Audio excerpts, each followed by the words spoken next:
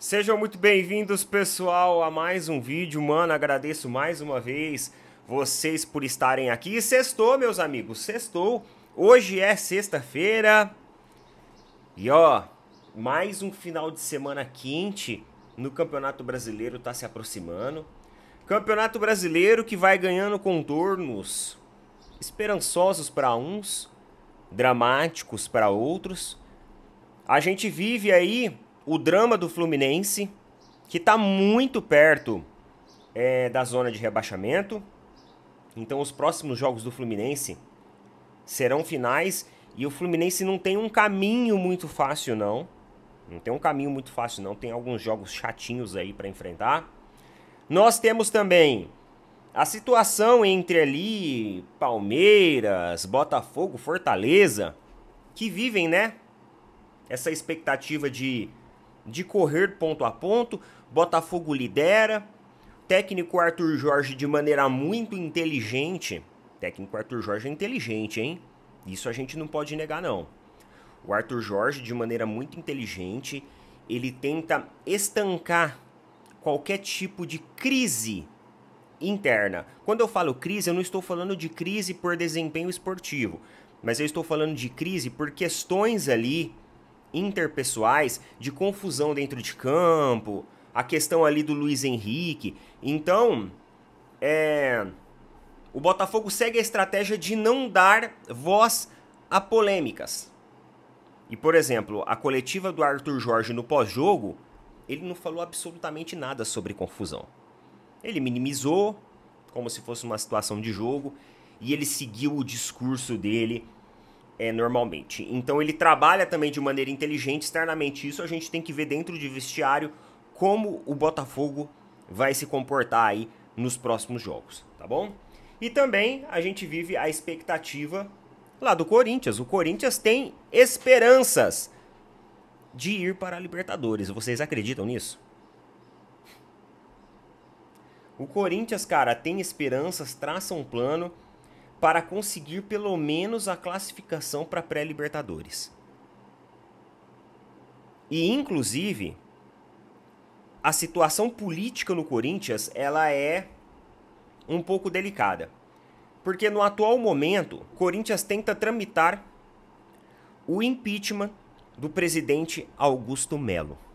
É isso daí. Existe um movimento político dentro do Corinthians que querem o Fred Luz, que é o CEO que toma conta da parte financeira, fora do Corinthians, porque não considera que ele faz um bom trabalho. E junto com ele quer que vai a cambada toda. Augusto Melo, Fabinho Soldado, enfim, todo mundo. E aí, meus amigos, a notícia que a gente tem, que veio lá do André Hernan, do UOL, é que o Memphis Depay, ele ficou sabendo dessa possibilidade de impeachment do presidente Augusto Melo. E ele teria dito nos bastidores, dentro do Corinthians, que se isso acontecer, ele está fora do Corinthians. Que quem trouxe ele para o Brasil foi a gestão Augusto Melo. Foi o diretor de futebol, foi o CEO. E que ele gostaria de continuar trabalhando com essas pessoas. E a partir do momento que essas pessoas deixarem o Corinthians, se isso realmente acontecer, ele está fora.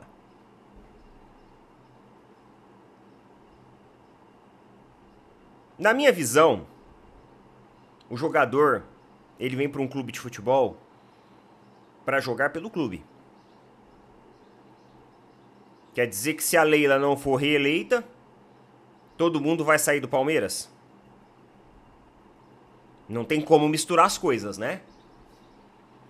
Na minha opinião, se ele realmente disse isso, ele tá misturando as coisas. Talvez ele ainda não entendeu como o futebol brasileiro funciona. Provavelmente não. O cara chegou ontem aqui, no Brasil. Então ele não entendeu como que a banda toca pra esses lados aqui. Agora, eu vou falar uma coisa pra vocês. Existe sim um claro viés político em cima de tudo isso. Porque enquanto o Corinthians estava na zona de rebaixamento, com uma ida para a Série B que parecia muito eminente, ninguém falava nada do impeachment do Augusto Melo. O Augusto Melo fez várias e várias manobras financeiras radicais, trouxe o Memphis Depay por valores estratosféricos. Além disso, contratou outros jogadores, como por exemplo o Coronado, que ganha uma bala. E ninguém falava nada. E tudo isso somado ao fato do time estar na zona de rebaixamento, além disso sofrendo processos na justiça por cobrança de dívidas. E também mudança de patrocinadores, enfim, um escárnio, né? Enquanto isso, o Augusto Melo conseguia tocar a sua agenda positiva sem nenhum tipo de pressão externa. Sem nenhum tipo de pressão no bastidor. Todo mundo, aparentemente, passava a mão na cabeça. Ou pelo menos fingiam que passavam. Agora que o Corinthians saiu da zona de rebaixamento, engatou uma sequência de vitórias, ajustou as rotas, pelo menos no sentido esportivo, busca-se a classificação para a Libertadores da América. Os caras começam a falar de impeachment. Então, pra mim, isso tem um viés político muito grande. Eles ficaram ali, né, ó. Vamos só observar o que vai acontecer. Vamos dar corda. Vamos dar corda pro Augusto Melo se enforcar. E aí a gente vai dando essa corda. Só que aí eles viram, né, que o Augusto Melo fez dos limões uma limonada. E querendo ou não, popularmente falando, tá encontrando um fim de temporada fortalecido. Aí eles falaram, opa, peraí. Vamos agora entrar no meio disso daí, que o time saiu da zona de degola. Então se tivesse caído, eles iam deixar o presidente Augusto Melo. Deixa ele cair, deixa ele se estrumbicar. Ano que vem a gente tenta tomar esse poder. Só que agora que eles viram que não vai cair, e que fala-se em Libertadores, opa, peraí, não vamos deixar o time se classificar para Libertadores, porque se classificar lá no final da temporada, o mérito vai ser dessa gestão aí, a gente não pode deixar isso acontecer. Então sim, eu concordo com o Augusto Melo nesse ponto. Nesse ponto eu concordo com ele. Não concordo com as manobras que ele faz e com as manobras que o Corinthians faz como um todo. Mas eu concordo nesse ponto com ele que isso me parece muito um viés político ideológico ali dentro. Que estão ali se aproveitando de alguns cenários, né? E de algum movimento ali desse quebra-cabeça que se tornou o Corinthians, sua gestão, seu desempenho esportivo, enfim, tudo. Então nesse ponto eu concordo com ele. E na minha opinião, essa notícia ela veio lá do André Hernan, sobre o Memphis Depay. Mas eu acho que tem também um ponto aí, eu não sei como foi costurado esse acordo, eu não sei o que eles conversaram com o Memphis Depay, eu não sei o que eles venderam pro Memphis vir pro Brasil aqui pro Corinthians. Só que talvez eles amarraram aí uma condição, né? Ó, se a gente estiver aqui, você tem tudo com a gente. Então, se lá na frente tiver alguma ruptura política, a gente precisa do seu posicionamento do nosso lado, porque isso leva o clamor do torcedor também pro lado deles. Então, nesse momento, o Memphis Depay aparece dizendo que vai deixar o Corinthians se a gestão sair. Me parece algum tipo de barganha política que ele tenta fazer a pedido da gestão atual. É uma reflexão interessante de fazer, galera. Uma reflexão interessante essa. Coloca nas opiniões o que vocês acham sobre isso. Mas vamos seguir aqui, senão o vídeo vai ficando muito longo. E a nossa ideia aqui não é prolongar hoje. É o seguinte. Eu tava vendo aqui num portal hoje de economia, tecnologia. Eles são voltados mais para isso. Negócios, economia e tecnologia. E uma matéria me chamou a atenção, onde eles falam sobre essa projeção, né, em relação ao estádio do Flamengo. A gente sempre fala sobre isso daqui. Eu ouvi essa matéria ali, né, da BMC News, né, que é um portal voltado mais para economia e negócio. Só que como tinha essa matéria aqui, acabou me chamando a atenção porque entrou um pouquinho dentro da parte de futebol. Então vamos lá. O que eles estão falando aqui, ó? Novo estádio custará 1,9 bilhões e terá nome vendido para quitar dívida. Aqui eles falam um pouquinho sobre a estratégia do Flamengo, né? Eles separam eles elencam como que vai funcionar essa estratégia para que o Flamengo consiga subir esse estádio sem ter que colocar recursos ali diretamente próprios, digamos assim. E aí eles falaram aqui, ó, o Flamengo anunciou um projeto ambicioso para a construção de um novo estádio com um custo estimado de 1,9 bilhão. A previsão é financiar a obra principalmente através de name rights, e aí eles vão detalhar como que vai funcionar isso. A proposta detalhada foi apresentada ao Conselho de Administração do clube, destacando que o estádio terá capacidade média para abrigar 75 mil torcedores. Um dos objetivos é que a arena se sustente financeiramente pagando-se através de receitas geradas. Para isso, o Flamengo traçou uma estratégia que envolve diversas fontes de renda, das quais a venda dos name rights é a mais significativa. O documento com o projeto inicial também será submetido à apreciação dos membros do clube. E quais são os custos detalhados desse projeto? O orçamento detalhado no novo estádio cobre diversos aspectos essenciais para a sua construção e operação. Entre os principais custos estão, aí eles elencaram aqui, o terreno, né, com um valor médio ali de 182 milhões, incluindo a descontaminação e preparação da área, a operação em si, o custo dessa operação, 18 milhões de reais destinados a custos operacionais diversos, enfim, logística, mão de obra, todas essas coisas. A obra completa, 1,725 bilhão, abarcando urbanização, campo de futebol, cobertura e infraestrutura. Esses valores foram calculados com base em estimativas do mercado e consultorias especializadas. No entanto, a diretoria ressalta que os números podem ser ajustados conforme o projeto avança. A gente sabe, construção é aquele negócio. Se você falar assim, eu vou subir um muro aqui, ó, no terreno de casa. Você vai calcular uma coisa, no final ele vai acabar saindo um pouquinho mais caro, porque sempre esses valores aí de, enfim, mão de obra, matéria-prima, acaba aumentando. Como o Flamengo pretende financiar a construção? Então tá aqui, ó. Tá separado esse projeto de financiamento, ó. Para viabilizar financeiramente o projeto, o Flamengo planeja utilizar várias fontes de receita. A seguir estão as principais. Potencial construtivo, 552 milhões. A gente já falou sobre potencial construtivo aqui várias vezes no canal, em episódios anteriores, permitindo a exploração de áreas adjacentes ao estádio. Venda de ingressos e cativas, 182 milhões de ingressos anuais e 154 milhões de lugares cativos. Então, totalizando aí, né, mais de... A gente está falando de 340, né, 340 milhões mais ou menos aí de reais entre ingressos cativos e ingressos anuais. Camarotes, 100 milhões, proveniente da venda de 28 camarotes de luxo. Marketing com torcedor, 136 milhões, através de estratégias de engajamento com a torcida.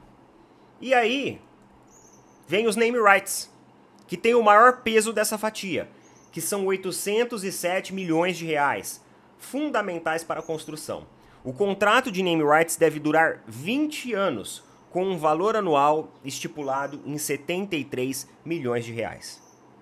Então esse daqui é mais ou menos, né, como que vai funcionar esse esqueleto de custos para o estádio. Além disso, o que eles falam aqui é que a expectativa de inauguração do estádio é em 2029, isso daí todo mundo já sabe, e que a maioria desses aportes e desses investimentos, eles vão estar concentrados entre 2027 e 2029. E aí vem o maior questionamento dos opositores, ou daqueles que contestam essa manobra do Flamengo. Como que fica 2025 e 2026? Porque antes de vender alguma coisa, o Flamengo vai ter que imputar um pouco dos seus recursos, na verdade já está fazendo isso, adquirindo terreno e tudo mais, para viabilizar o início dessa obra, para depois começar a vender e arrecadar. Já que o sistema que o Flamengo está utilizando, ele é muito diferente do sistema do Palmeiras. O sistema do Palmeiras, o Palmeiras financiou o estádio como um todo, com recursos privados. O Flamengo vai dar os pontapés iniciais e depois vender name rights.